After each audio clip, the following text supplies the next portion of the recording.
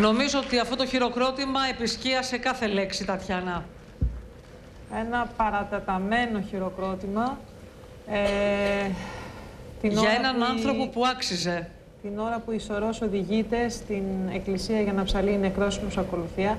Να πούμε ποιοι έχουν ήδη φτάσει εκεί, να δούμε και εικόνες. Είναι και ο Υπουργός Πολιτισμού ήδη εκεί, ο κύριος Γερουλάνος.